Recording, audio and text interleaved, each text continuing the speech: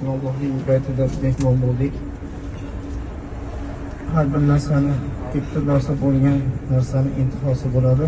Bizdan yaqindagina ularimizdan xursand bo'lib Allohning baytiga oshiq bo'lib mehmon bo'lgani, ibodat qilgani biriga quvonch bilan kelgan edik.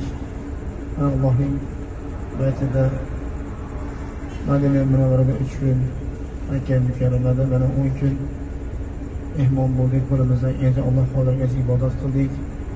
Biz Alloh taolodan duo qilib so'raymizki, bu yerlarda Alloh aziz qilgan, mukarram qilgan joylarda turibmiz. Bu yerda beodoblik qilib qo'ygan bo'lsak, amallarimizni sustkashlik yo'q qo'ygan bo'lsak, amallarimizni nuqsonga yo'q qo'ygan bo'lsak, Alloh taolodan so'raymizki, fazli bilan to'g'ri, mukammal holatda bizlardan qabul qilishini so'raymiz.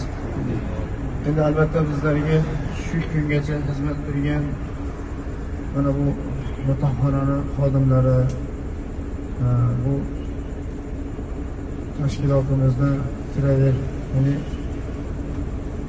Ixlos Traverni xizmatchilari bilan do'stlarimiz, birodarlarimiz bizlarga kechasi xizmatimizda bo'ldi. Ularni haqqariga duo qilamiz. Parvardigor olam. Bismillahirrohmanirrohim. Alhamdulillah. Vassalatu vassalamu ala rasulillah. Allohim avvalambor o'ziga cheksiz hamd sanolar bo'lsin. Bizlarni o'zingning baytullohingga mehmon qilding. Biz qodir emasmiz, hech nimaga ojizmiz. Sen o'zing hamma narsaga qodirsan, ulug'san, Parvardigor.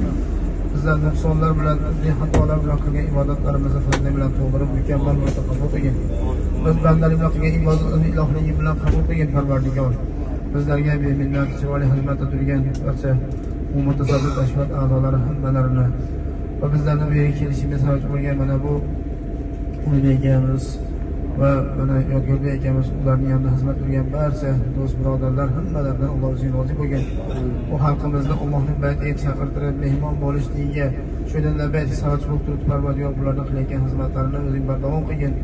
Ularning xizmatlarini o'zing qabul qilgin, Parvardigor olam. Ularning xizmatdan qoldirmagin. Kuch-quvvat bergin, zafar bergin, omad bergin, Parvardigor olam.